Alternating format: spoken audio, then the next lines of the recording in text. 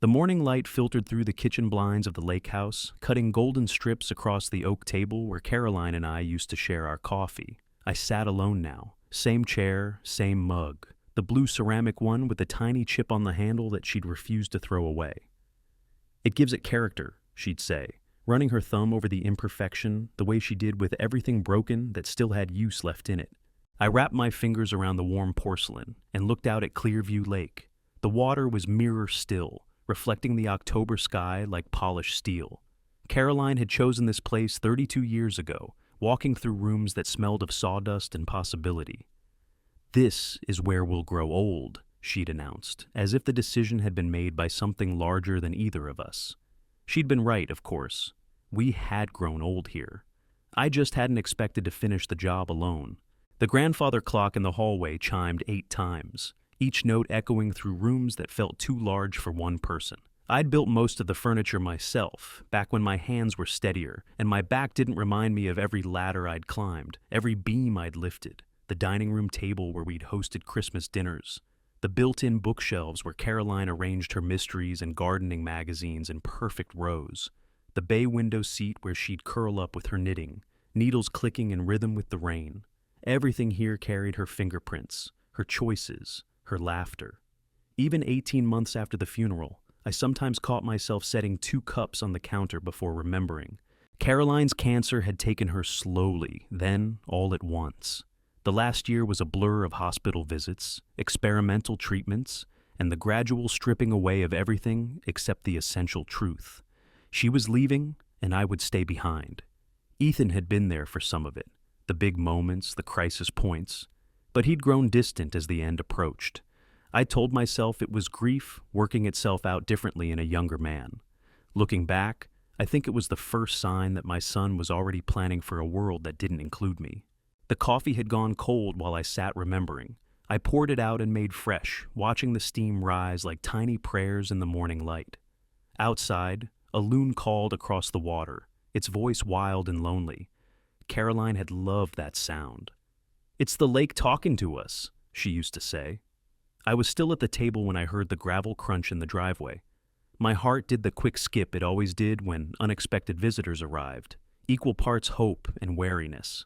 Through the window, I watched Ethan's silver BMW pull up next to my old Ford.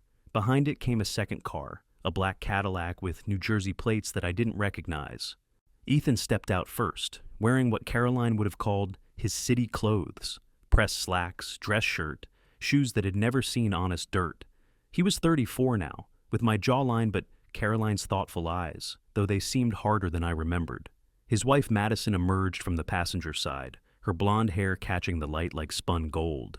She wore a cream-colored dress that probably cost more than my monthly Social Security check. From the Cadillac came 2 older figures, a distinguished man with silver hair and a woman clutching a designer handbag like it might escape. I recognized them from the wedding photos that still sat on Caroline's dresser, Gerald and Patricia Monroe, Madison's parents. They moved with the easy confidence of people accustomed to being important. I opened the front door before they could knock. Old habits from my construction days. Better to meet trouble on your own terms than wait for it to find you. "Dad?" Ethan's smile was practiced, the kind you wear to client meetings. "Hope we're not interrupting. If you were the main character, what would you say first?"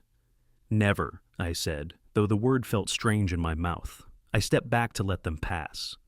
"Madison, Mr. and Mrs. Monroe." Gerald's handshake was firm, aggressive. Patricia offered her cheek for an air kiss I didn't give. The hallway suddenly felt crowded, filled with expensive cologne and the particular tension that comes when people want something they haven't asked for yet. "Coffee?" I offered, because Caroline had trained me to be a host even when I didn't feel like one. "Actually, Dad, we wanted to talk to you about something." Ethan's tone had that careful quality I remembered from his teenage years when he was about to ask for money. "Maybe we could sit down?" We gathered in the living room, them on the sofa Caroline had reupholstered in soft green fabric, me in my reading chair with its view of the lake. Gerald's eyes roamed the room, taking inventory. He lingered on the stone fireplace I'd built by hand, the custom entertainment center, the hardwood floors Caroline and I had refinished together, one humid summer. "Beautiful place," Patricia said, but her tone suggested she was already planning changes. It was Caroline's vision, I said. She had ideas about everything, down to which trees to plant so they'd frame the view just right. Madison shifted uncomfortably. She'd never known how to respond when I mentioned Caroline. Some people freeze when confronted with grief, as if death might be contagious. That's actually what we wanted to discuss, Ethan said. He sat forward, elbows on his knees, hands clasped. The posture of a man delivering important news. The future of this place. I waited.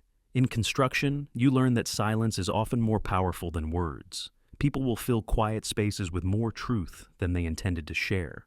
Madison and I have been talking, Ethan continued, about what happens to family property when circumstances change. What circumstances? I asked. Gerald cleared his throat. Richard, if I may, we're all getting older. This is a big house, a lot of upkeep for one person. Have you thought about what makes sense long term? Patricia leaned forward, her voice soft but insistent. We're not trying to tell you what to do, of course, but Madison grew up spending summers here. This house has special meaning for her, too. The words sat in the air like smoke.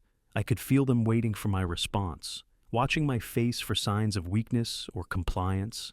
But I'd spent 40 years managing construction crews, negotiating with contractors, staring down building inspectors who thought they could intimidate an old man with a clipboard. My expression didn't change. Madison spoke up, her voice carrying that honeyed tone that had charmed Ethan into marriage. We've been looking at our options, and honestly, Daddy Richard, this place would be perfect for us.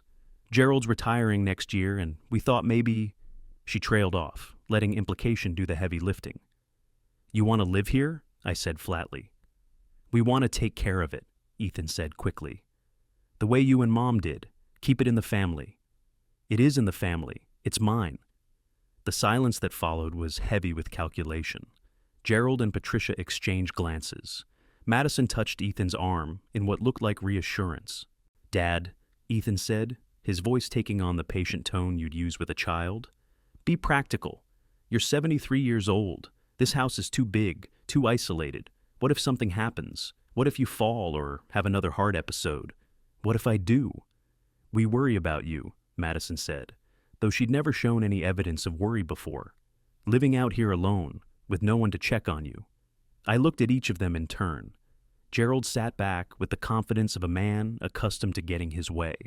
Patricia clutched her handbag like it contained the deed to my house. Madison smiled with practiced sweetness. And Ethan, my son, the boy I'd taught to fish from this very dock, watched me with eyes that calculated rather than cared. And you think the solution is for me to move out so you can move in? Not move out, Ethan said quickly. We've looked at some really nice senior communities, places where you'd have people your own age, activities, medical care on site. You'd be happier. Happier than where? Than rattling around in this big empty house by yourself. Empty. The word hit me like a physical blow. This house wasn't empty. It was full of 32 years of marriage, of Caroline's laughter, of memories these people couldn't see because they'd never bothered to look. Empty was what they wanted it to be so they could fill it with themselves. I stood and walked to the window that faced the lake. The morning mist was burning off, revealing water that sparkled like scattered diamonds. Caroline's garden was still blooming. The late roses she'd babied through 15 summers. The Japanese maples she'd planted to turn brilliant red this time of year. This house isn't just a house, I said without turning around. It's Caroline's legacy. It's where we built our life together. She's gone, Dad. Ethan's voice was gentler now, but the words still cut. She's been gone for 18 months. Holding on to this place isn't going to bring her back. I turned to face them. 4 pairs of eyes watching me, waiting for me to crumble, to accept their logic, to make their lives easier by sacrificing my own. But something had shifted in those 18 months of grief and solitude. Something Caroline would have recognized. She'd always said I was too accommodating, too willing to bend rather than break. Sometimes, Richard, she told me during one of our rare arguments, kindness looks like saying no. The answer is no, I said quietly. Gerald leaned forward. Richard, let's be practical about this. The upkeep alone must be... The answer is no, I repeated. Ethan stood, running a hand through his hair. Dad, We're trying to help you. Can't you see that? Help me what? Give up everything I've worked for? Everything Caroline and I built together? Move on, Madison said sharply. That's what normal people do. They move on. The room went silent. Even Patricia looked uncomfortable with the naked honesty of it. But Madison had said what they were all thinking, that my grief was inconvenient, my attachment to this place unreasonable, my refusal to accommodate their plans selfish. I appreciate your concern, I said, though appreciation was the furthest thing from what I felt. But this is my home. It will remain my home. Ethan's face flushed. And what about family? What about helping people when they need it? You mean the family that visits twice a year? The family that calls on holidays if they remember? That's not fair, isn't it? I looked at each of them in turn. When did you last ask how I was doing? Not what I could do for you, but how I was managing? No one answered. The silence stretched until Patricia cleared her throat. Perhaps we should take some time to think about this. Look at other options. There are no other options, Madison said, her mask of politeness finally slipping. We've looked everywhere. This is the only place that makes sense. For you, I said, not for me. They left shortly after, their disappointment hanging in the air like smoke. I watched from the window as they climbed back into their expensive cars, their body language stiff with frustration and wounded entitlement. Gerald turned back once, his eyes measuring the house like a contractor estimating a job. Then they were gone, leaving only the scent of expensive cologne and the echo of words that couldn't be taken back. I returned to my chair and picked up my coffee mug. The liquid was cold again, but I drank it anyway, staring out at the lake that had witnessed 32 years of my marriage and now this. The moment when I realized my son saw me not as a father to be respected, but as an obstacle to be removed. The grandfather clock chimed 9 times. The house settled around me with its familiar creaks and sighs. Somewhere in the distance, a loon called across the water, its voice wild and free. I thought about Caroline, about the way she'd handle this situation. She'd been fierce when it mattered, protective of what we'd built together. "Don't let anyone push you around, Richard," she'd said during her final days. Not even family, especially not family. For the first time since her death, I felt something other than grief stirring in my chest. Not anger. Anger was hot and immediate. This was something colder, more patient. It was the feeling of a man who'd finally found his line in the sand. I finished my coffee and set the mug down with a deliberate click. Outside, the October wind stirred the surface of Clearview Lake, sending ripples across water that had been still as glass when the morning began. Change was coming. I could feel it in the air, in the set of my shoulders, in the steel that had entered my spine somewhere between "you'd be happier" and "move on." They thought they knew me. They thought 18 months of grief had made me soft, malleable, ready to be managed like an elderly relative who'd outlived his usefulness. They were about to learn how wrong they could be. I stood and walked to Caroline's desk, where she'd kept our important papers in neat labeled files. Insurance policies, property deeds, investment statements, all the documentation of a life lived responsibly. I pulled out the deed to the house and spread it on the desk, reading every word as if seeing it for the first time. The house was mine, bought and paid for. No mortgage, no liens, no legal obligation to anyone but myself. Ethan could ask, could plead, could guilt me all he wanted, but he couldn't take what belonged to me, not unless I let him. And I had no intention of letting him. The morning light filtered through the kitchen blinds of the lakehouse, cutting golden strips across the oak table where Caroline and I used to share our coffee. I sat alone now, same chair, same mug, the blue ceramic one with the tiny chip on the handle that she'd refused to throw away. "It gives it character," she'd say, running her thumb over the imperfection, the way she did with everything broken that still had use left in it. The silence after they left felt different from my usual solitude. This wasn't the comfortable quiet of a man who'd chosen to be alone with his memories. It was the hollow echo of something breaking. I sat in my chair for a long time after the SUV disappeared, watching the lake change color as clouds drifted across the sun. The water went from mirror bright to pewter gray to deep blue, the way it had every day for 32 years, indifferent to human drama. Finally, I stood and began the ritual of straightening up, though there wasn't much to straighten. 4 coffee cups that had gone unused, cushions that needed refluffing where unwelcome visitors had sat. I carried the cups to the kitchen and washed them by hand, the way Caroline had taught me. "The dishwasher's for big messes," she'd say. "These little things deserve personal attention." Personal attention. When had I stopped giving Ethan that? The question followed me as I moved through the house, checking windows, adjusting the thermostat, performing the small acts of maintenance that filled my days. In the hallway, I paused before the gallery wall Caroline had created. 3 decades of family photographs, arranged with her artist's eye for balance and story. There was Ethan at 2, chocolate cake smeared across his face at his birthday party. At 7, missing his front teeth, but grinning as he held up the base he'd caught off our dock. At 16, lanky and serious in his baseball uniform, the one season he'd played, before deciding sports weren't his thing. At 25, nervous and proud in his wedding tuxedo, Madison radiant beside him in her grandmother's dress. I studied that last photo, looking for clues I'd missed at the time.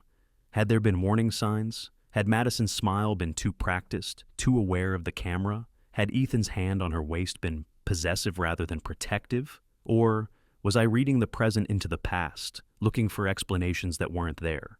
The truth was simpler and more painful. People changed. The boy who'd spent summer afternoons helping me rebuild the dock, who'd listened with genuine interest as I explained the difference between a Phillips head and a flathead screwdriver, who'd asked for bedtime stories about the houses I'd built. That boy had grown into a man I barely recognized. When had it started? I traced the timeline backwards, looking for the moment when concern became condescension, when love became obligation. Maybe it was college, when Ethan discovered there was a world beyond Clearview Lake, one where fathers were measured not by the calluses on their hands, but by the numbers in their bank accounts. Maybe it was his first job in the city, where success meant corner offices and client dinners and a lifestyle that required explanations I couldn't provide. Or maybe it was Caroline's diagnosis. The memory hit me like a physical blow. 3 years ago, autumn like this one, when the doctors had used words like aggressive and metastatic and palliative care with the casual precision of carpenters discussing wood grain. Caroline had taken the news with characteristic grace, already planning how to spend whatever time remained.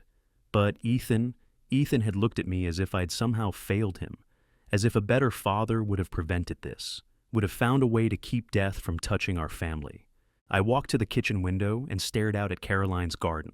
She'd spent her last good months there, planting bulbs she'd never see bloom, tending roses she'd never smell again.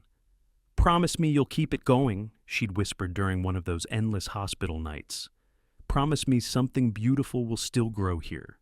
I'd promised, and I'd kept that promise, teaching myself the difference between annuals and perennials, learning which plants needed deadheading and which should be left alone.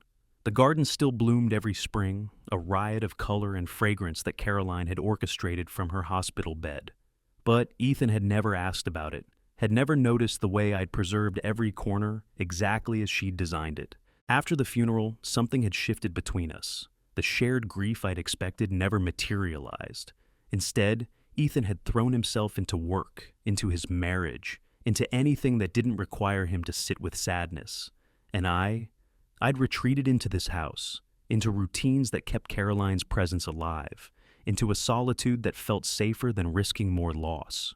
We'd become strangers who shared a name and a history, but no common language for what came next. My phone rang, jolting me from my thoughts. For a wild moment, I hoped it might be Ethan calling to apologize, to say he'd been wrong, to ask if we could try again. But the caller ID showed a number I didn't recognize. "Mr. Dalton, this is Patricia Monroe." I should have hung up. Instead, I found myself saying, "Mrs. Monroe, I hope I'm not calling at a bad time." Her voice carried the practiced warmth of someone accustomed to getting her way through persistence rather than charm. I wanted to follow up on our conversation this morning. There's nothing to follow up on. I think there might be. You see, Richard, may I call you Richard? I understand this is difficult. Change always is, especially for people of our generation. Our generation. As if we were peers, as if her 70-odd years somehow gave her the right to speak for mine. But sometimes, she continued, what feels like loss is actually opportunity, freedom. a chance to discover what comes next. I've discovered what comes next, I said. It's staying right here, in this big empty house. Richard, be honest with yourself. When was the last time you used the guest bedrooms, the formal dining room, the study? You're rattling around in all that space like a man who's forgotten how to live. The words stung because they carried a grain of truth. I did rattle around sometimes, moving from room to room like a ghost haunting his own life. There were spaces I barely entered anymore. Caroline's sewing room, where her half-finished quilt still waited on the cutting table. The guest bedrooms we'd prepared so hopefully for grandchildren who'd never materialized. The study where I used to pay bills and plan home improvement projects that no longer seemed necessary. But emptiness wasn't the same as purposelessness. This house held 32 years of marriage, 18 months of mourning, and a lifetime of memories that couldn't be measured in square footage. Mrs. Monroe, I said, with all due respect, you don't know me well enough to tell me how to live. No, but I know Ethan, and I know how much he worries about you. We all do. Ethan worried enough to visit twice in the past year. If that's his definition of concern, I'm not impressed. Silence stretched across the line. When Patricia spoke again, her voice had lost its practiced warmth. You're being selfish, Richard. Family means compromise. It means putting the needs of the group ahead of your own wants. Whose family? Yours or mine? We're all family now. That's what marriage means. Marriage, I said slowly, means a lot of things, but it doesn't mean one family gets to absorb another like a hostile takeover. I don't think you understand the situation. Gerald and I aren't asking for charity. We're willing to pay rent, to contribute to utilities, to help with maintenance. This could be mutually beneficial. You want to be tenants in my house? We want to be family, real family, the kind that supports each other. I walked to the living room window, looking out at the dock, where Caroline and I had shared morning coffee for 32 summers, where I still shared it with her memory every day the weather allowed. The answer is no, I said. Richard, the answer is no. Don't call here again. I hung up and immediately unplugged the phone from the wall. The sudden silence was profound, almost sacred.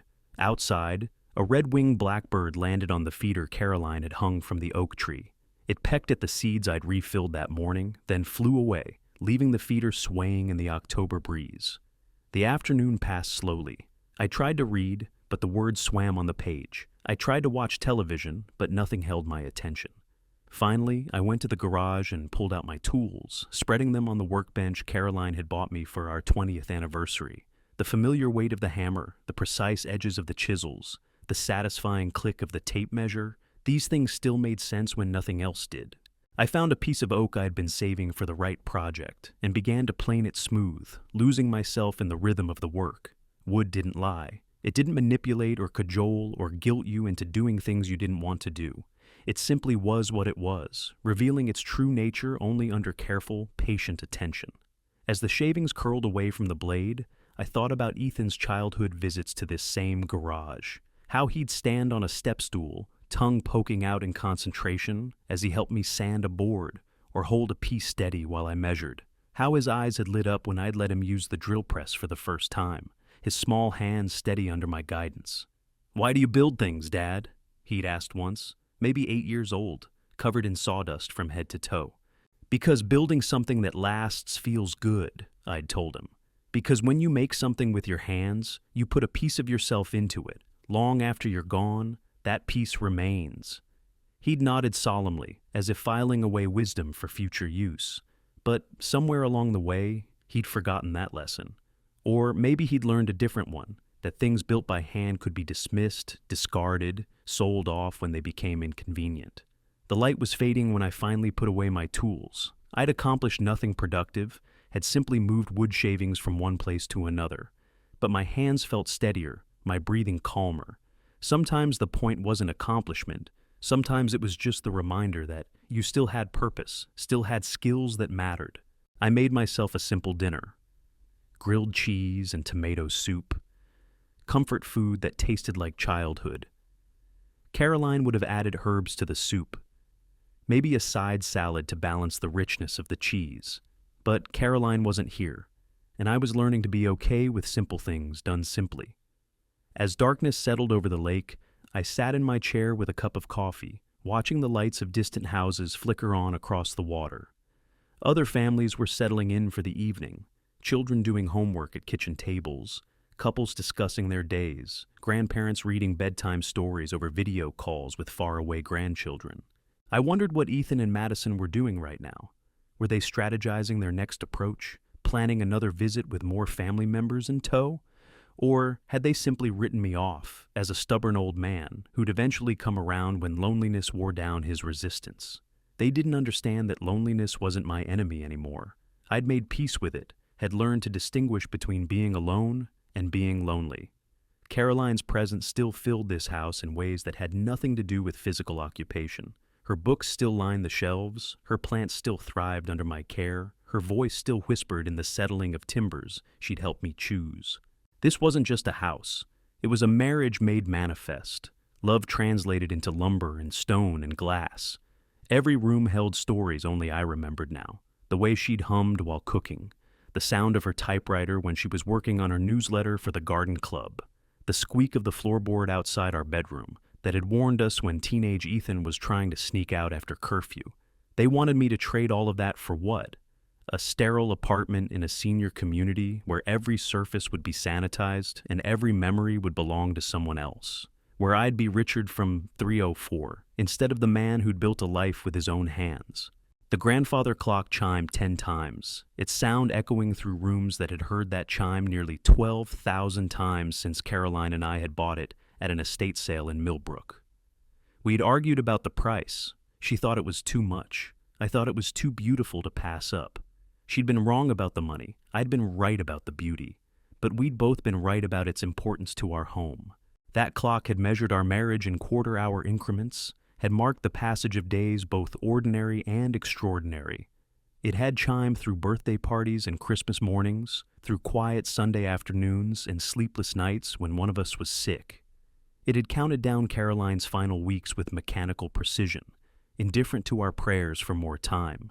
Now it measured my solitude, and I found comfort in its constancy. Some things endured, some things kept faith even when people didn't. I finished my coffee and began the evening routine, checking the locks, turning off lights, setting the automatic timer for the porch light that would come on at dawn.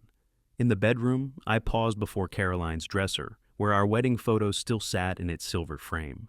We looked impossibly young, impossibly hopeful. She wore her grandmother's dress and the pearl necklace I'd given her for our first anniversary.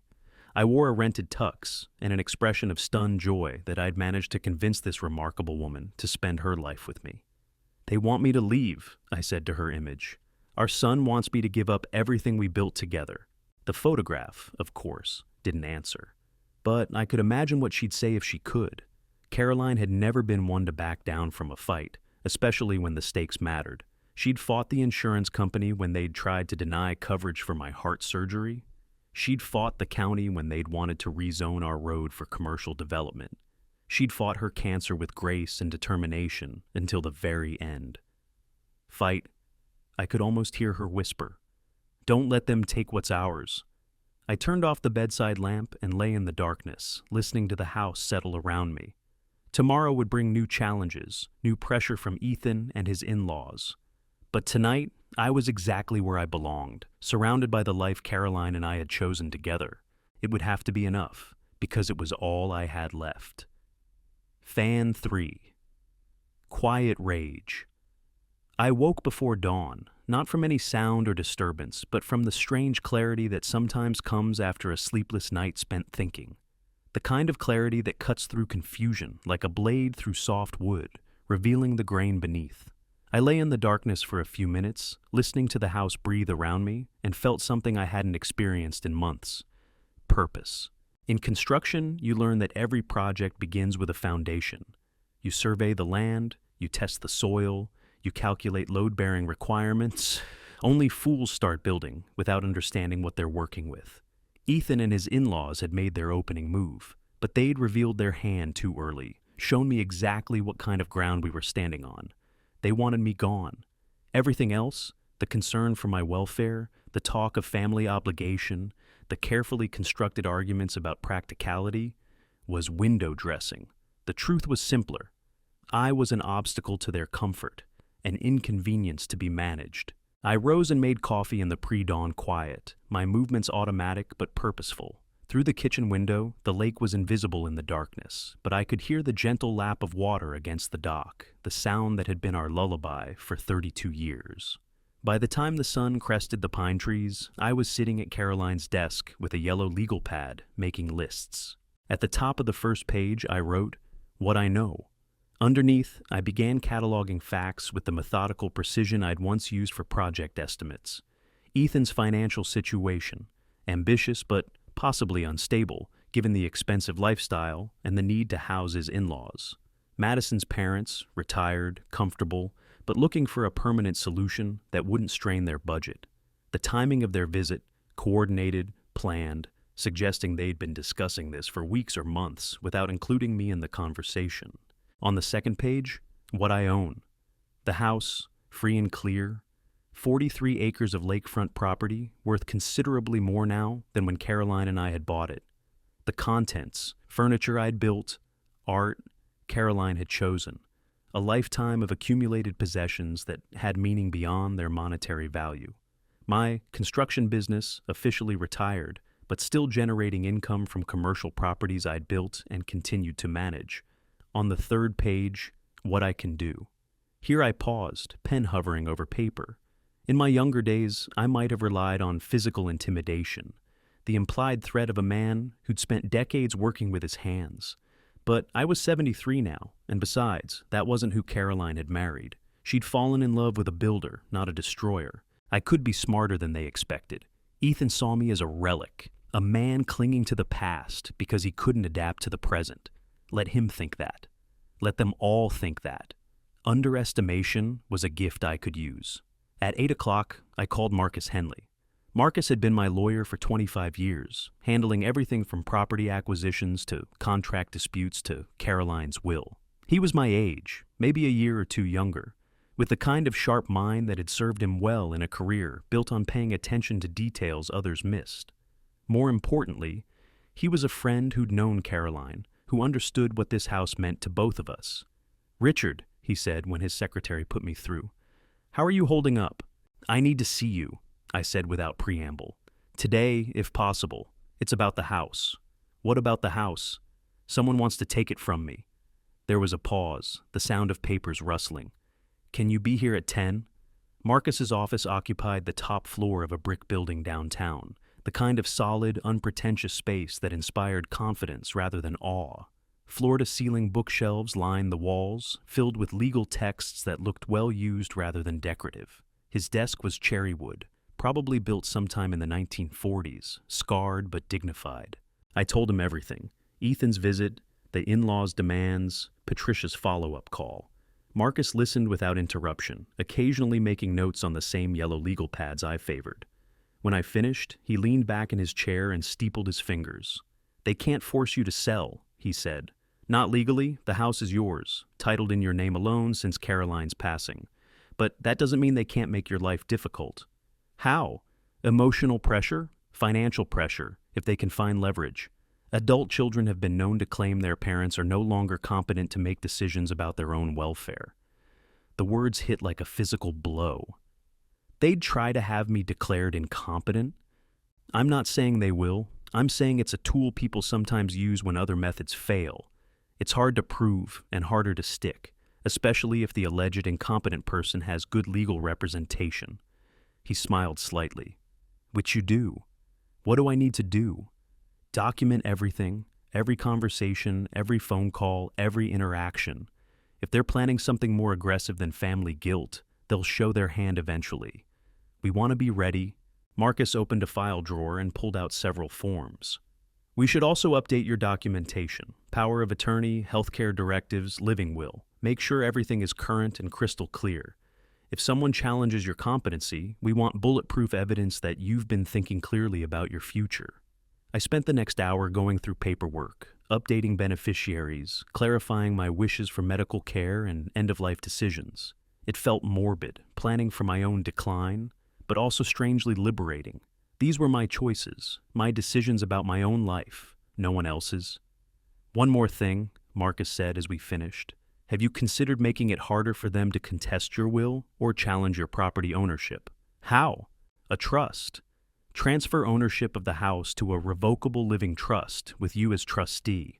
It accomplishes the same thing as outright ownership. You control everything during your lifetime, but it makes the property much harder to challenge or manipulate after your death. And if I want to sell? As trustee, you can do whatever you want with trust property. The only difference is the legal structure. Think of it as insurance. I signed the preliminary paperwork that afternoon, authorizing Marcus to draw up the trust documents. Outside his office, downtown Millbrook bustled with afternoon activity. Young mothers pushing strollers, retirees window shopping, teenagers who should have been in school loitering near the coffee shop. Normal people living normal lives, unburdened by family betrayal and property disputes. On the drive home, I stopped at Henderson's Hardware, the store where I'd bought supplies for countless projects over the years. Tom Henderson was behind the counter, as he had been for 40 years, his apron stained with the honest dirt of useful work. "Richard," he said, looking up from an invoice. "Haven't seen you in a while. How are you managing?" "Getting by. Listen, Tom, I need some security equipment. Motion sensors, maybe a camera system. Nothing too elaborate." Tom's eyebrows rose slightly. "Everything all right out at the lake?" "Probably, but I'd rather be careful than sorry." He nodded and led me to the back corner of the store, where boxes of electronic equipment sat on metal shelving. "Most folks go wireless these days," he said, pulling down a package. "Easy to install, connects to your phone. You can monitor everything remotely. I bought a basic system. 4 cameras, motion detectors, a central hub that would alert me to any unusual activity. Tom offered to install it, but I declined. This was something I needed to do myself, to understand completely. Back at the house, I spent the rest of the afternoon reading instruction manuals and planning camera placement. One overlooking the driveway, one focused on the front door, 2 covering the sides and back of the house. Nothing paranoid or excessive, just basic precautions any sensible homeowner might take. As I worked, I found myself thinking about the chess games Caroline and I used to play on winter evenings. She'd been the better player, with an intuitive understanding of strategy that often caught me off guard.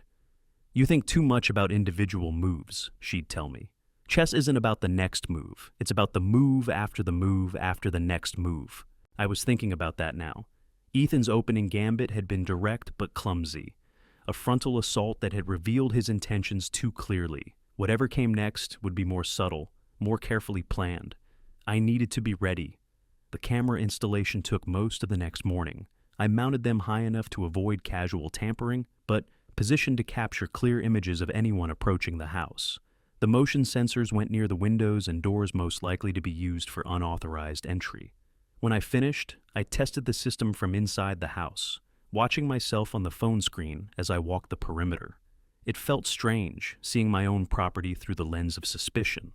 But Caroline would have understood. She'd always been practical about protecting what mattered.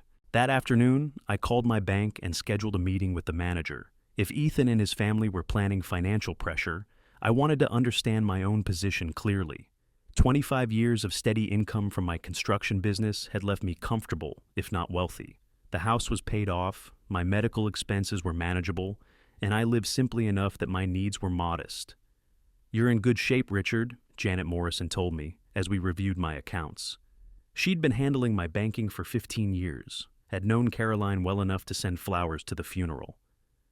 "Better than most people your age. Is there something specific you're concerned about?" "I want to make sure no one else can access my accounts. No family members, no emergency contacts, just me." "Of course. Is there a reason you're worried about that?" I considered how much to tell her. Janet was trustworthy, discreet, but she was also part of a small community where gossip traveled fast. "Family complications," I said finally. "Nothing dramatic, but I want to be careful." She nodded and made notes in my file. "We can set up additional security measures, password requirements, verbal confirmation for any large transactions, whatever makes you feel more secure." Driving home, I felt something I hadn't experienced in months: control, not over other people or their decisions, but over my own circumstances, my own responses. For too long, I'd been reactive, letting grief and loneliness dictate my choices. Now I was being proactive, building defenses, preparing for whatever came next. The late afternoon light was golden on the lake when I pulled into my driveway. A flock of geese passed overhead, their calls echoing across the water as they headed south for the winter. Change was coming.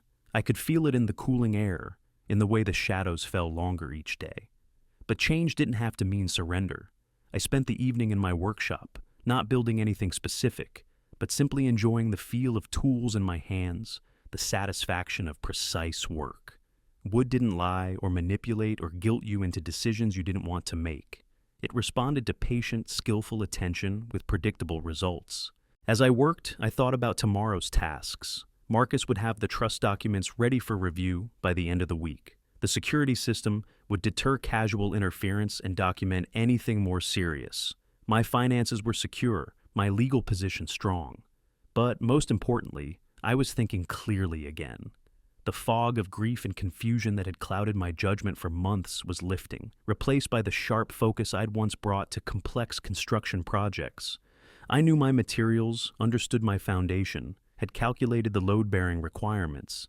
Ethan wanted a fight. He just didn't realize he'd picked one with someone who'd spent a lifetime building things to last. The grandfather clock chimed 9 times as I put away my tools. Tomorrow would bring new challenges, new attempts at manipulation or coercion. But tonight, for the first time since Caroline's death, I felt ready for whatever came next.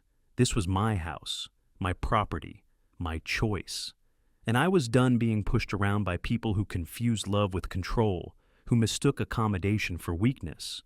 The real fight hadn't even started yet. Fan 4. The blueprint. The first sign of escalation came 3 days later, delivered not by Ethan himself, but through a registered letter that arrived with the morning mail. I recognized the law firm's letterhead, Caldwell and Associates, the kind of high-priced outfit that specialized in making problems disappear for people with enough money to pay their fees. The letter was brief, professionally worded, and crystal clear in its intent.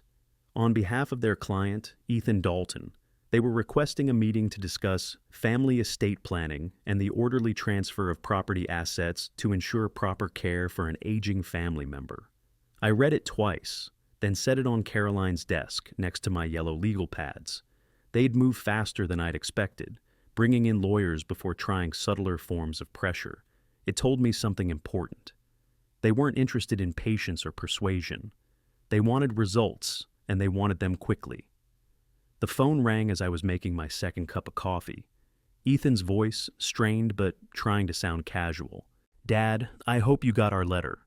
The lawyers thought it would be better to make this official, so there's no confusion about what we're trying to accomplish." "And what exactly are you trying to accomplish?" "What we talked about before.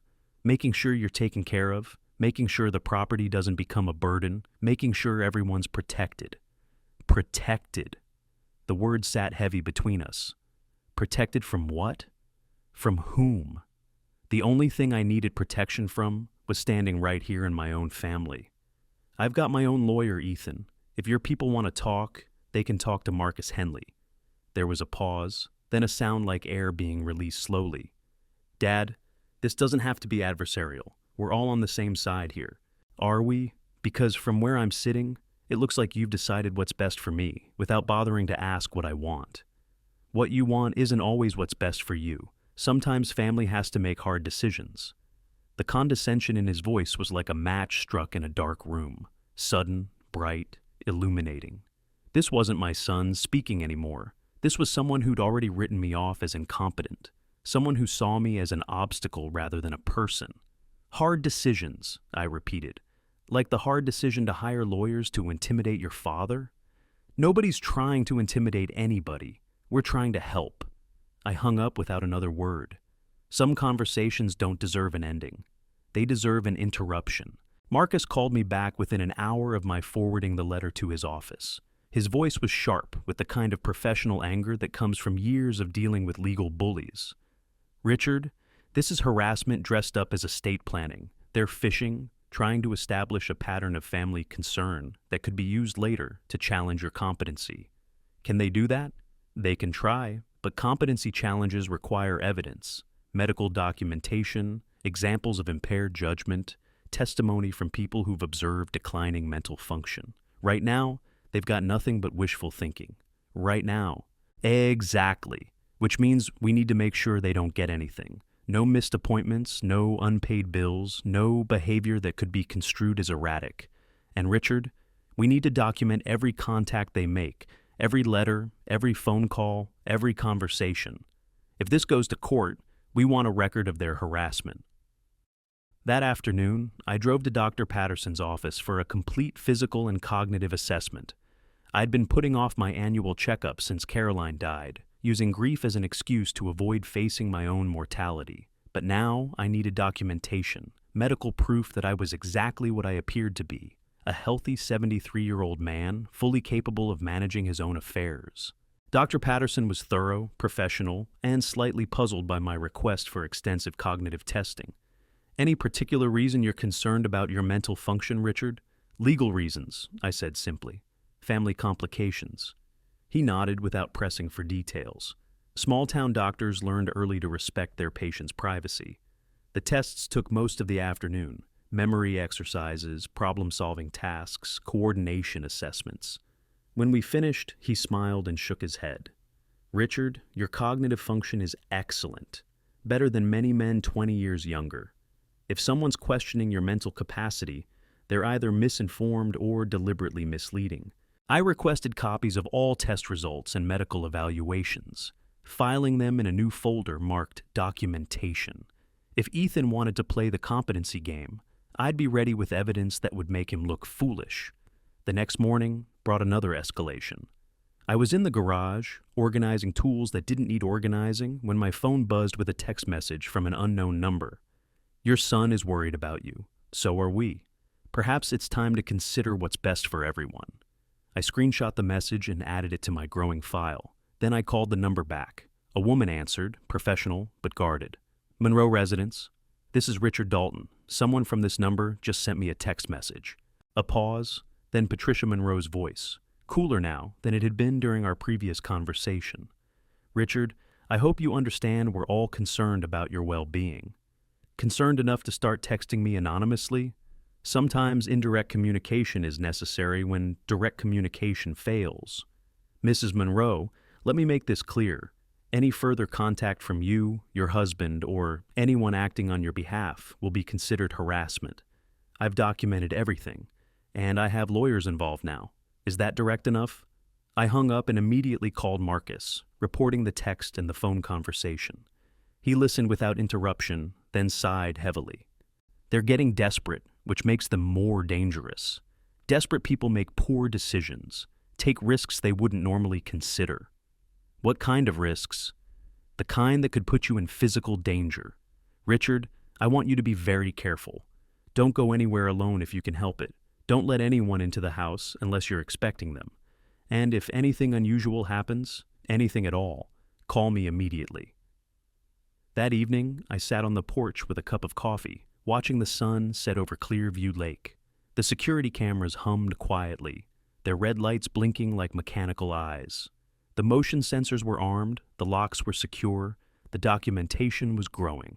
I was as prepared as a man could be for a war he'd never wanted to fight. A car passed on the road, slowing as it approached my driveway, then speeding up again. Probably nothing. People often slowed down to look at the lake, but I made note of it anyway, writing down the time and a description of the vehicle in my ever-expanding file. The phone rang as I was heading inside. Marcus again, his voice tight with controlled anger.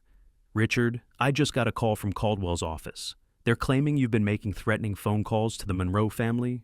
They want to file a restraining order. The audacity of it took my breath away. That's a lie. I called once after they sent me that text message. I told them to stop contacting me. I believe you, but it shows how they're operating, creating false narratives, manufacturing evidence. We need to be even more careful now. No direct contact with any of them, not even to defend yourself. Everything goes through me from now on. I spent the night in my chair by the living room window, watching the lake and thinking about war. Not the kind fought with guns and explosives, but the quieter, more insidious kind fought with lawyers and lies and the slow erosion of a person's reputation. Caroline had been through something similar with her first husband, a man who'd tried to claim she was mentally unstable when she'd filed for divorce. She'd learned then that sometimes the only way to fight dirty tactics was with clean ones: documentation, witnesses, unimpeachable evidence of your own competence and their malice. The truth is a fortress, she'd told me years later, but you have to build it one stone at a time, and you have to start building before you need it. I'd started building. Now it was time to add more stones. The next morning, I called Tom Henderson at the hardware store. "Tom, I need to ask a favor. Would you be willing to provide a character reference if I needed one, for legal purposes?" "Of course, Richard. You're one of the most solid men I know. Whatever's going on, you've got my support." I made similar calls to my banker, my doctor, the pastor at the church Caroline and I had attended for 20 years. Not asking for anything dramatic, just letting them know I might need them to vouch for my character and competence. Each conversation was brief, professional, but I could hear the genuine concern in their voices. These were people who'd known me for decades, who understood that whatever was happening, I wasn't the problem. By midweek, Marcus had finished drafting the trust documents. We met in his office to review them, page by page, clause by clause. The language was dense, technical, but the effect was simple. The house would no longer be titled in my name alone. It would belong to the Richard Dalton Family Trust, with me as the sole trustee.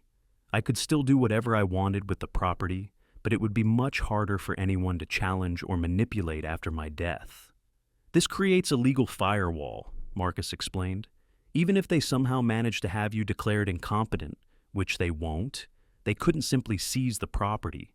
They'd have to go through probate court, provide justification, get judicial oversight. It's a much higher bar." I signed the documents that afternoon, feeling a weight lift from my shoulders. The house was safe now, protected not just by locks and cameras, but by the law itself. That evening, I allowed myself a small celebration. I opened a bottle of wine Caroline and I had been saving for a special occasion that never came, and I toasted her photograph on the mantel. "The fortress is built," I said quietly. "Now, let them try to tear it down." The grandfather clock chimed 9 times, marking another day in what had become a chess match between my family and me. But I was no longer playing defense. I was thinking 3 moves ahead, just as Caroline had taught me. And I had a feeling that my next move would be the one that changed the game entirely. The morning light caught the wineglass on the kitchen counter, a reminder of the small victory I'd allowed myself the night before. But as I made my coffee and checked the security monitors, I knew the celebration had been premature. Legal fortresses were important, but they were reactive measures. I'd spent my entire career in construction, knowing that the best defense was often a good offense. It was time to stop building walls and start building something else entirely. Fan 5. The Wedding Banquet.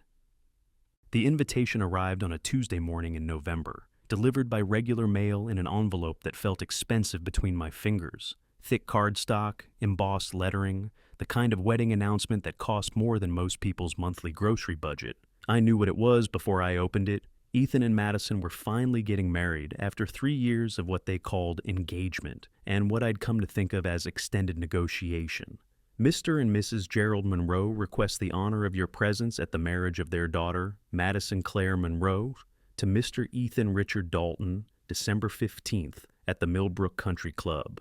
Reception to follow." No personal note. No handwritten message from my son. Just the formal, distant language of obligation. I was being invited to my own son's wedding, the way you might invite a business associate, cordially, but without warmth. I set the invitation on Caroline's desk, next to my growing file of legal documents and security camera printouts. She'd been looking forward to this day since Ethan first brought Madison home for Christmas dinner 4 years ago.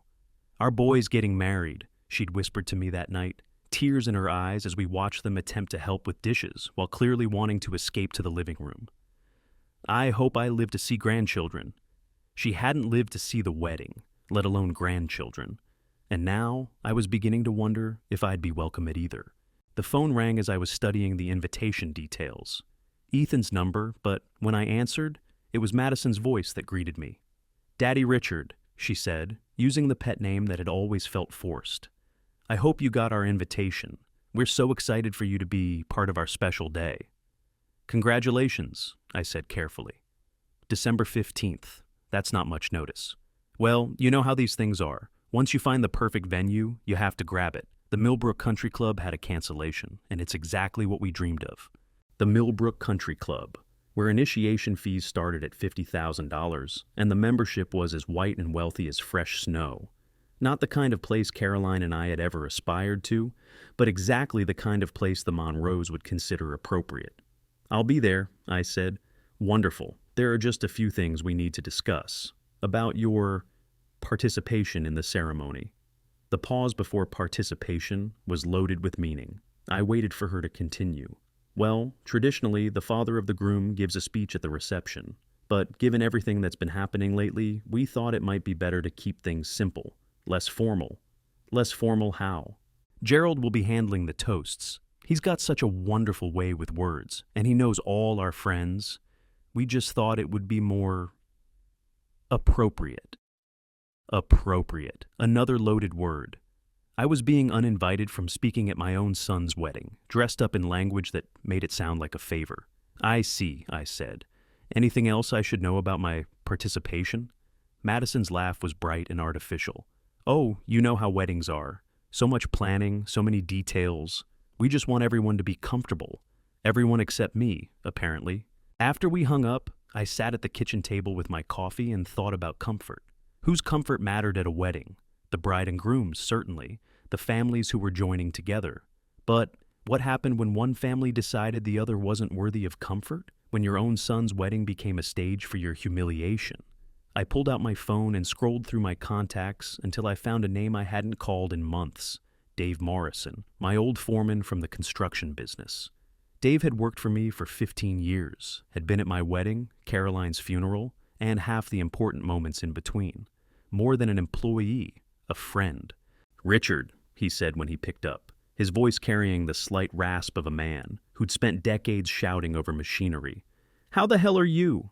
"Been better. Dave, I need to ask you something. You still got that tuxedo from your daughter's wedding?" "The monkey suit? Yeah, it's around somewhere. Why?" "I might need to borrow it, and I might need a favor." There was a pause, then a chuckle. "This wouldn't have anything to do with family, would it?" "Everything to do with family. What do you need?" I told him about the wedding, about the subtle disinvitation from speaking, about the growing sense that I was being positioned as an embarrassment to be managed rather than a father to be honored. Dave listened without interruption, the way he always had when we were working through a complicated job site problem. "So, what's your plan?" he asked finally. "I don't have one yet, but I'm thinking about making a gesture, something memorable." "Memorable how?" I looked around the kitchen, at Caroline's cookbooks still lined up by the stove, at the photographs of better times covering the refrigerator. Something she would have wanted, something that honors what we built together. Dave was quiet for a long moment. "Richard, you sure about this? Sometimes it's better to just let sleeping dogs lie." "These dogs aren't sleeping anymore, Dave. They're circling." "Fair enough. What do you need from me?" That afternoon, I drove to Marcus's office with an idea that had been forming since Madison's phone call. He listened as I explained what I was thinking, his expression shifting from confusion to concern to something approaching admiration. "Richard, it's brilliant, completely legal, impossible to contest, and it sends exactly the message you want to send. But are you sure you want to do this? Once this happens, there's no going back." "I've been thinking about that," I said. "Caroline and I talked about this exact thing years ago, before she got sick, before everything changed. She always said the house should serve a purpose bigger than just us." It was true. Caroline had volunteered with veterans organizations, had talked about legacy and service and the importance of giving back. She just never imagined it would happen under these circumstances. Marcus pulled out a fresh legal pad. "If we're going to do this, we need to do it right. The timing has to be perfect. The documentation has to be flawless, and the presentation has to be unimpeachable." We spent the next 2 hours working out details. Phone calls to tax attorneys, discussions with charitable organizations, research into gift tax implications. By the time we finished, the plan was elegant in its simplicity and devastating in its effectiveness. I would attend my son's wedding. I would be appropriately dressed, appropriately behaved, and appropriately generous. I would give a gift that would be remembered long after the flowers wilted and the cake was eaten. A gift that would honor Caroline's memory and secure my own legacy. A gift that would leave the Monroes speechless and my son with a lesson he'd never forget. The weeks leading up to the wedding passed in a blur of preparation. The trust documents were finalized and notarized. The charitable foundation was contacted and briefed. The gift was prepared with the kind of attention to detail I'd once brought to blueprints and building specifications. Dave delivered his tuxedo 3 days before the wedding, along with a dress shirt that actually fit, and cufflinks that had belonged to his father. "You clean up nice for an old construction worker," he said as I tried everything on. "Caroline would be proud." The night before the wedding, I sat on the porch with a cup of coffee and watched the first snow of the season fall across Clearview Lake. Somewhere across the water, lights twinkled in houses where families were settling in for the evening, where parents and children still spoke to each other with love instead of legal threats. Tomorrow would change everything. By this time, tomorrow night, the war between my family and me would be over. Not because we'd found peace, but because I'd finally stopped fighting their battle and started fighting my own. I raised my coffee cup to the falling snow. "Here's to appropriate behavior," I said aloud, "and to gifts that keep on giving." The grandfather clock chimed midnight, marking the beginning of December the 15th, my son's wedding day, and possibly the last day I'd ever think of him as my son. The morning of the wedding dawned clear and cold, the kind of December day that turns everything sharp and bright. I shaved carefully, combed my gray hair with the precision of a man preparing for battle, and put on Dave's tuxedo with the solemnity of donning armor. In the mirror, I looked like what I was, a 73-year-old man who'd worked with his hands all his life, dressed up for an occasion that no longer wanted him. But I looked dignified. Caroline would have approved. I tucked the document into my inside jacket pocket, where it rested against my heart like a secret. The papers were beautiful. Thick, cream-colored stock with embossed letterheads and official seals. The kind of documentation that spoke of serious money and serious intentions. The kind that would command attention in a room full of people who measured worth by net worth. The Millbrook Country Club sat on a hill overlooking the town, its Georgian columns and manicured grounds designed to impress rather than welcome. I'd driven past it hundreds of times over the years, but never imagined I'd enter through its front doors. The valet took my old Ford with a professional courtesy that masked obvious judgment. Inside, the lobby was all marble and mahogany, crystal chandeliers and oil paintings of men in hunting attire who'd probably never worked a day in their lives. The wedding party was assembled in the main ballroom, guests milling about with cocktails and conversation that carried the particular cadence of educated money. I recognized some faces, Madison's friends from college, business associates of Gerald's, distant relatives who'd made the trip for the open bar, and social networking opportunities. Ethan stood near the altar in a tuxedo that fit him perfectly, his hair styled and his smile practiced.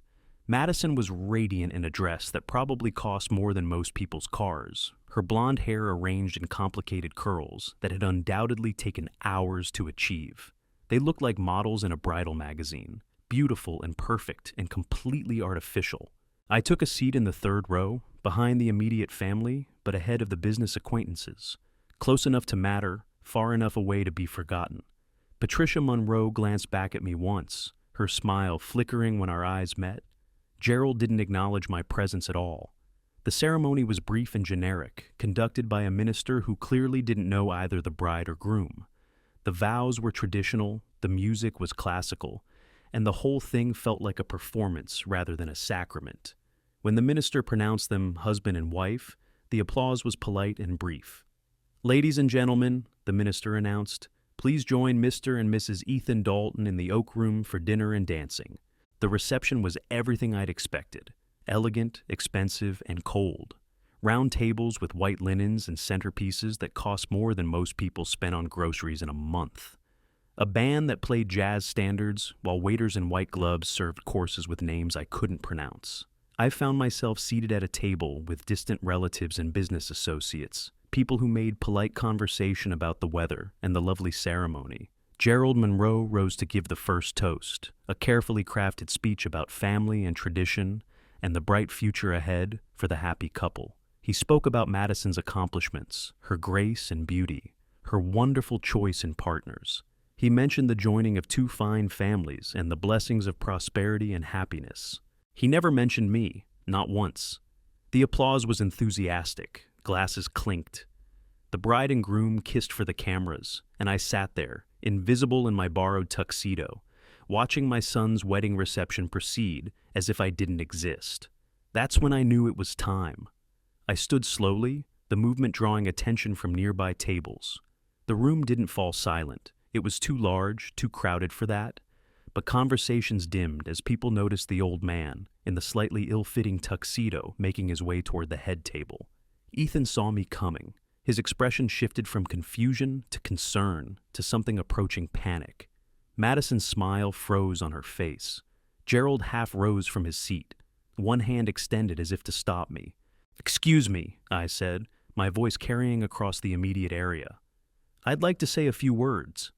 The band stopped playing. Conversations died. Every face in the Oak Room turned toward me, and I felt the weight of their attention like a spotlight. "I'm Richard Dalton," I said clearly, "Ethan's father, and I have a gift for the happy couple." I reached into my jacket pocket and withdrew the document, its cream-colored pages catching the light from the crystal chandeliers. The room was completely silent now, 200 people holding their collective breath. Caroline, Ethan's mother, always believed in the importance of giving back. She volunteered with veterans organizations, supported local charities, and taught our son the value of service to others. I looked directly at Ethan as I spoke, watching his face grow pale. Before she passed, she made me promise that our family's good fortune would be used to help those who served our country. I unfolded the document, holding it so the official seals and letterheads were visible to the crowd.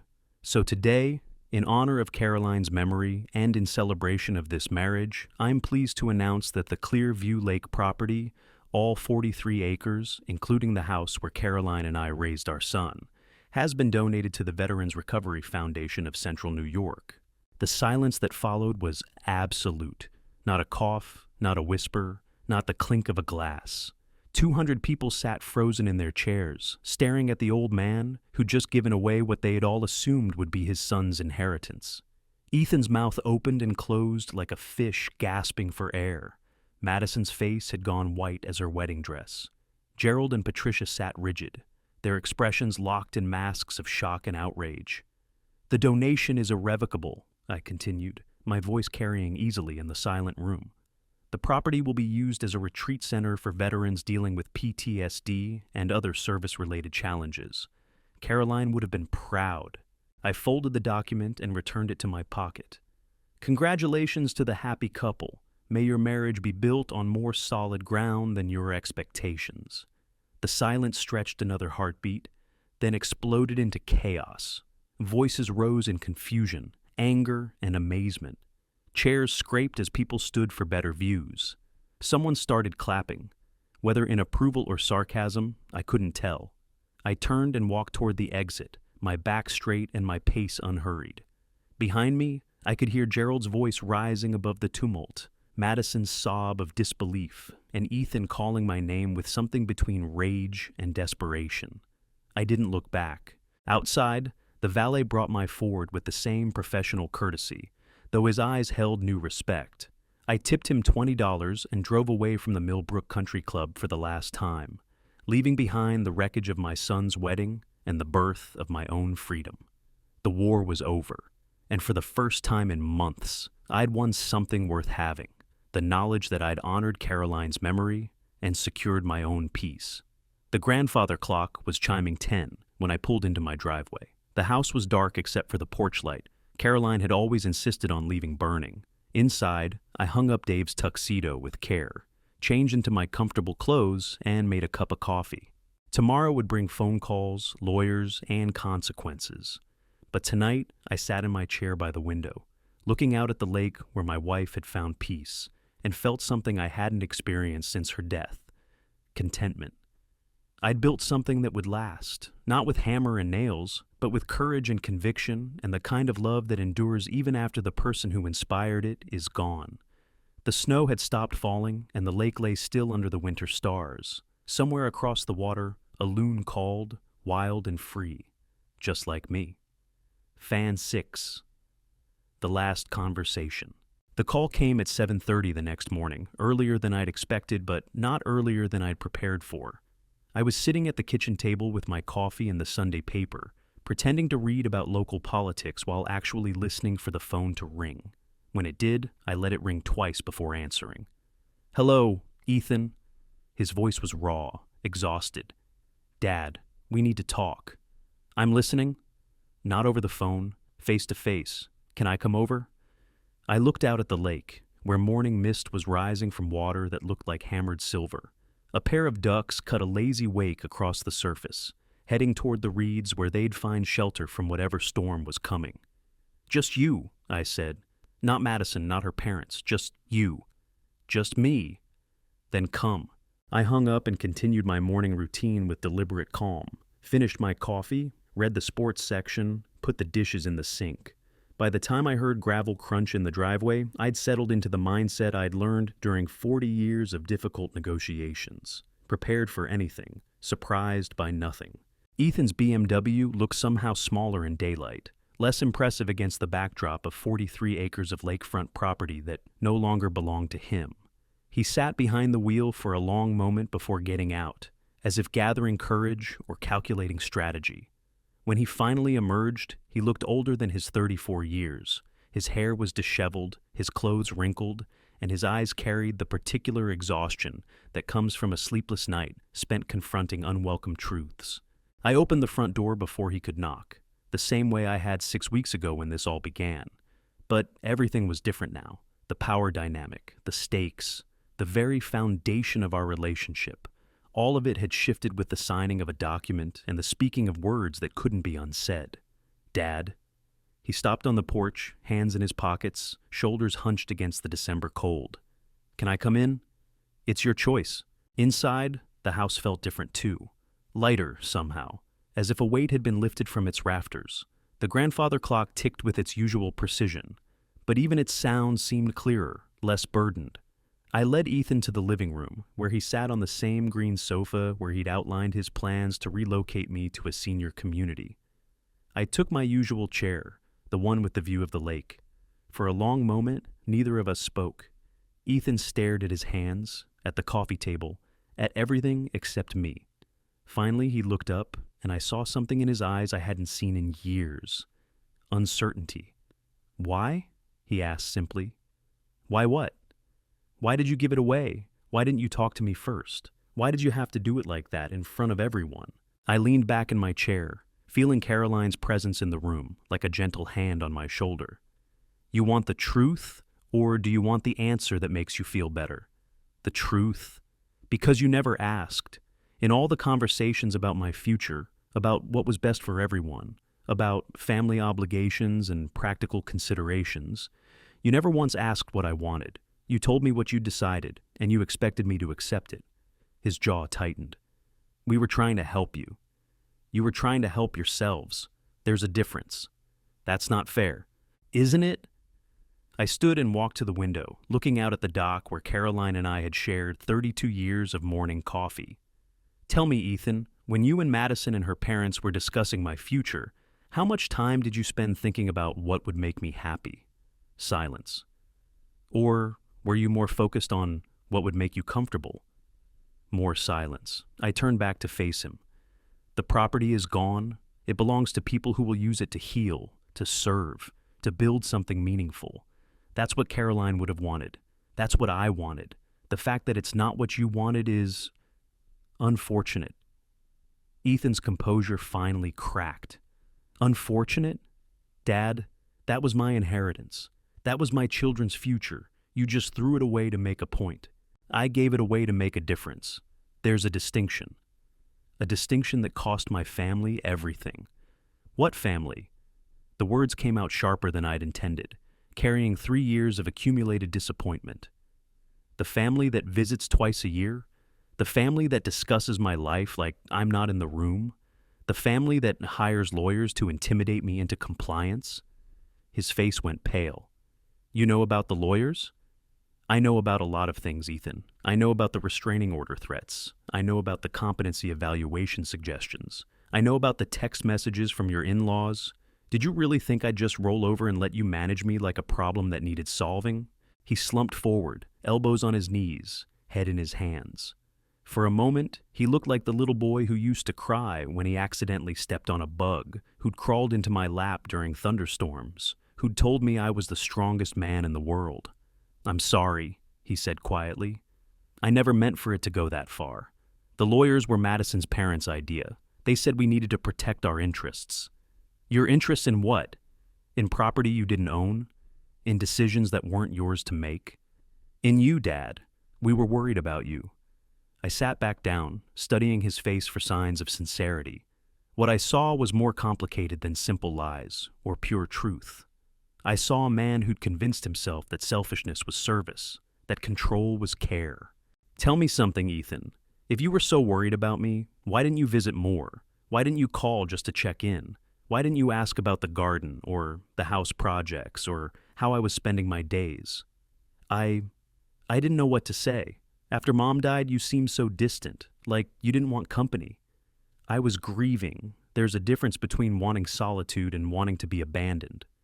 He looked up at me, and for the first time in years, I saw genuine pain in his eyes. "I didn't know how to help you. Everything I tried seemed wrong. You didn't want to talk about Mom. You didn't want to go out. You didn't want to change anything about the house. I felt like I was intruding. So you decided the solution was to take the house away from me. I decided the solution was to make sure you were safe, that you had people around you, that you wouldn't just disappear into your grief." The honesty of it surprised me. For a moment, I glimpsed the thinking that had led him down this path. Not malice, but misguided love. The problem was that good intentions didn't excuse bad actions. "Ethan," I said carefully, "do you know what it felt like to sit in that lawyer's office and read about my alleged incompetence? To have strangers question my mental capacity because my own son thought I wasn't capable of managing my own life? Dad, do you know what it felt like to realize that you and your wife had been planning my future without including me in the conversation? That you saw me not as a person with agency and dignity, but as a problem that needed managing?" He was crying now, quiet tears that he wiped away with the back of his hand. "I'm sorry. I'm so sorry. I never meant to hurt you." "But you did hurt me, and more than that, you revealed something about who you've become that I'm not sure I can forgive." The words hung in the air between us, heavy with finality. Outside, the wind picked up, sending ripples across the lake's surface. The ducks had disappeared, seeking shelter in the reeds. "What happens now?" Ethan asked quietly. "Now you live with the consequences of your choices. The property is gone. Your inheritance is a veterans retreat center. And you get to explain to Madison and her parents why their careful plans fell apart. And us? What happens to us?" I was quiet for a long time, thinking about the weight of that question. What did happen to a relationship once trust was broken this completely? Could a father and son come back from this kind of betrayal? "I don't know," I said finally. "I honestly don't know." He nodded, accepting the uncertainty because there was nothing else to accept. Then he stood, moved toward the door, stopped. "Dad, for what it's worth, I think Mom would have been proud of what you did. The donation, I mean. She always said you were stronger than you let people see." I didn't respond immediately. When I did, my voice was quiet but firm. "Your mother would have been proud that I finally stood up for myself. She would have been heartbroken that I had to do it against my own son." He flinched as if I'd struck him, then nodded once and walked toward the door. I followed, not out of courtesy but out of habit, the same way I'd followed him to the school bus on his first day of kindergarten, to his car on his first date, down the aisle at his wedding. At the threshold, he turned back one last time. "I love you, Dad. I know I haven't shown it well lately, but I do." "I know," I said. "That's what makes this so hard." After he left, I stood in the doorway for a long time, watching his taillights disappear down the winding road that led away from Clearview Lake. The morning mist had burned off completely now, leaving the water bright and clear under the winter sun. Somewhere in the distance, a loon called, wild, free, answering to no one but itself. I closed the door and walked back to the kitchen, where I made fresh coffee and sat down with the phone to call Marcus. There would be details to handle, paperwork to file, arrangements to make with the Veterans Recovery Foundation, the practical business of turning gesture into reality. But first, I allowed myself a moment of quiet satisfaction.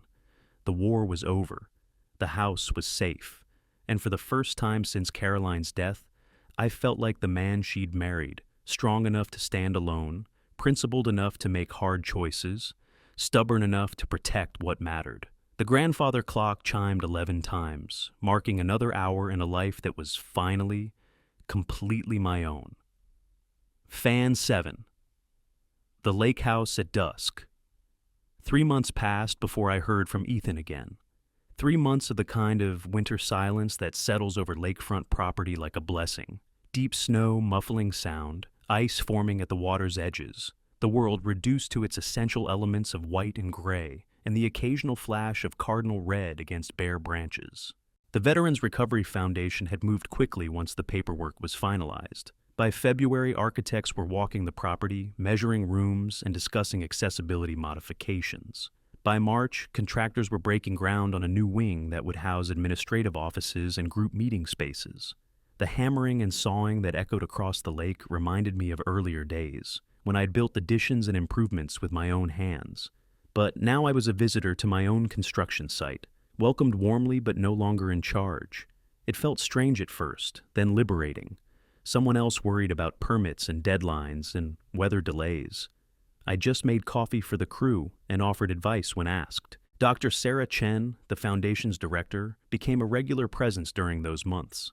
A quiet woman in her 40s with kind eyes and the patient manner of someone who'd spent years working with damaged people, she had a gift for seeing possibilities where others saw only problems. "The house has good bones," she told me one afternoon, as we stood in what had been Caroline's sewing room, now destined to become a counseling office. "You can feel the love that went into building it. That matters more than you might think." I understood what she meant. Houses absorb the emotions of their inhabitants the way wood absorbs stain. This place had been soaked in 32 years of marriage, of quiet contentment and shared purpose. It would be a good place for healing. The call from Ethan came on a Tuesday in late March, just as the ice was beginning to break up on the lake. I was sitting on the porch with my morning coffee, watching contractors frame the new wing, when my phone buzzed with his number. "Dad, it's me." His voice sounded different, smaller somehow, less certain than I remembered. "Hello, Ethan. I was wondering, could I come see you? Not to argue or ask for anything, just to see you." I watched a great blue heron land at the end of the dock, folding its wings with prehistoric dignity. "Are you alone?" "Yes, Madison and we're separated. Have been for a month now." This didn't surprise me as much as it might have 3 months earlier. Marriage built on shared expectations rather than shared values rarely survived when those expectations crumbled. "I'm sorry to hear that." "Are you?" The question carried no accusation, just genuine curiosity. "I'm sorry you're in pain," I said carefully. "I'm not sorry you're finding out who you married." A long pause then. "Can I come over?" "If you want." He arrived an hour later in a different car, a modest Honda instead of the BMW, older and practical in the way of someone learning to live within actual rather than anticipated means. He looked different too, thinner, his hair longer and less carefully styled, wearing jeans and a flannel shirt that could have come from my own closet. "The place looks different," he said, standing in the driveway and looking at the construction activity.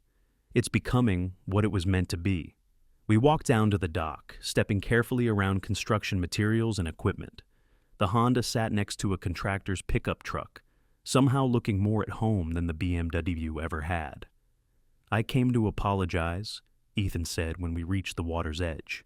"Not for wanting you to be safe, not for worrying about you, but for how I went about it, for treating you like a problem instead of a person." I studied his profile as he stared across the lake. He looked more like the boy I remembered now, without the polish and pretense that had accumulated during his marriage years. "What changed?" I asked. "Everything." He kicked at a chunk of ice floating near the dock. "The wedding night was illuminating. Madison spent the whole evening crying about the money. Not about us, not about our future, but about the inheritance she'd been counting on. Her parents kept asking about legal challenges, whether there was a way to contest the donation. And you? I kept thinking about what you said, about Mom being heartbroken, about who I'd become. He turned to face me. You were right, Dad. I didn't recognize myself anymore. A crew member called out from the construction site, asking about the placement of electrical outlets. Dr. Chen appeared with blueprints, pointing and explaining. Life was moving forward around us, building something new on the foundation of what had been. I miss her, Ethan said quietly. Every day. But especially when I think about what she'd say about all this. What do you think she'd say? That I needed to grow up, that I needed to stop measuring my worth by other people's bank accounts, that I needed to remember who raised me. A loon called from somewhere across the lake, its voice wild and lonely. Caroline had always loved that sound, said it reminded her that some things stayed constant, even when everything else changed. The foundation is doing good work, I said, gesturing toward the activity behind us. They'll have their first retreat program running by summer, 12 veterans at a time, week-long sessions focused on wilderness therapy and group counseling. Mom would have loved that. She would have. She always said the house was too big for just us, that it should serve more people. We stood in comfortable silence for a while, watching the contractors work. Then Ethan asked the question I'd been expecting. Do you think you can ever forgive me? I thought about forgiveness, about the difference between pardoning someone and trusting them again, about the space between understanding someone's actions and excusing them. I think I already have, I said finally. Forgiveness isn't the hard part, Ethan. The hard part is figuring out what comes next. What do you want to come next? I want you to become the man your mother thought you could be. I want you to find work that matters to you, not work that impresses other people. I want you to build relationships based on who you are, not what you can provide. And us? I looked at my son, really looked at him, saw past the mistakes and disappointments to the boy who'd helped me build this dock, who'd learned to swim in this lake, who'd brought Caroline wildflowers every Mother's Day until he left for college. Us takes time, I said. Trust is like a house, Ethan. It can burn down in a night, but rebuilding takes years of careful work. He nodded, accepting the timeline because he had to. Then he surprised me. Could I help? With the rebuilding, I mean. Not moving back in or anything like that. But maybe regular visits, Sunday dinners, getting to know my father again. The offer hung in the air between us, fragile as spider silk. It would have been easy to say yes immediately, to rush toward reconciliation because I missed my son. But easy wasn't the same as wise. We can try, I said, but understand, things are different now. I'm different now. I won't be managed or manipulated or pushed around, not even by family, especially not by family. I understand. Do you? Because understanding is one thing. Accepting it when I make decisions you don't like is another. I'll learn. We walked back toward the house as the afternoon light began to slant long across the snow. Dr. Chen waved from the construction site, and I waved back. This was my life now. Not the life I'd planned, but the one I'd chosen when choices became necessary. There's something else, Ethan said as we reached the driveway. I got a job, in town. Nothing fancy, just managing a hardware store, but it's honest work. And I found an apartment near downtown. Small, but it's mine. That sounds like a good start. I was thinking maybe I could stop by next Sunday, bring groceries and cook dinner, like we used to do before everything got complicated. I considered the offer, weighing hope against caution. Sunday dinners had been Caroline's tradition, her way of keeping family connected even as lives grew busy and complicated. She'd have wanted me to say yes, but she'd also have wanted me to be careful. We can try, I said again. But Ethan, if this is just until you get back on your feet, if you're planning to disappear again once your life improves, don't start. I'd rather have honest distance than false closeness. It's not false, Dad. I'm not going anywhere. Time would tell. But for the first time in months, I felt something that might have been optimism stirring in my chest. After he left, I walked through the house, checking on the day's progress. The contractors had made good headway on the new wing. Dr. Chen had left samples of paint colors and carpet swatches on Caroline's old desk. The place was transforming, becoming something larger and more purposeful than it had ever been. That evening, I sat on the porch with a cup of coffee and watched the sun set over Clearview Lake. The ice was breaking up faster now, revealing patches of dark water that reflected the orange and pink sky. Spring was coming, bringing with it the possibility of new growth, new beginnings. The grandfather clock chimed 7 times from inside the house. Somewhere across the lake, lights began to twinkle on in distant houses where families were settling in for the evening. I thought about Ethan in his small apartment, learning to cook for one and manage a budget. I thought about Dr. Chen planning programs that would help wounded veterans find peace. I thought about Caroline and what she'd make of all these changes. I thought she'd be proud, not just of the donation, but of the boundaries I'd learned to set, of the life I'd chosen to build from the ruins of the old one. A loon called from somewhere in the gathering darkness, its voice wild and free. I raised my coffee cup in a small salute to the sound, to the lake, to the house that had held my marriage and now would hold other people's healing. Tomorrow would bring new challenges, new conversations with Ethan, new decisions about trust and forgiveness and the careful work of rebuilding relationships. But tonight, I was exactly where I belonged, surrounded by the life I'd chosen to create. The grandfather clock chimed 8 times, then 9. The lake settled into darkness and the house settled into silence. But it wasn't the heavy silence of grief anymore. It was the lighter silence of possibility, of work well done, of peace finally found. I finished my coffee and went inside to check the locks, turn off the lights, and prepare for sleep. Outside, the construction equipment sat quiet under the stars, waiting for tomorrow's work to continue. Inside, Caroline's photograph smiled from the mantel, and the grandfather clock ticked its steady rhythm, marking time in a house that had learned to serve purposes larger than its builder's dreams. For the first time since her death, I fell asleep without feeling lonely. The house was full again, not with ghosts, but with promise.